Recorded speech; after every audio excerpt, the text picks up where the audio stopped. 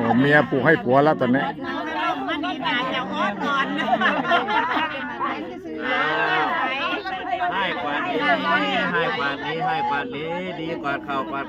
สุขภาพแข็งแรงให้เฮ็ดกับเขามาให้กินทุกเช้าเด้อ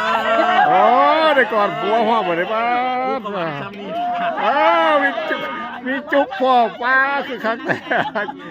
โอ้ฟูนทีมเลยมั้ยวันนี้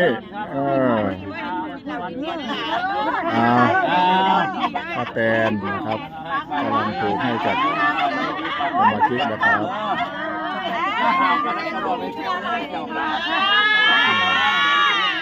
จากนี้ไปก็สุขภาพแข็งแรง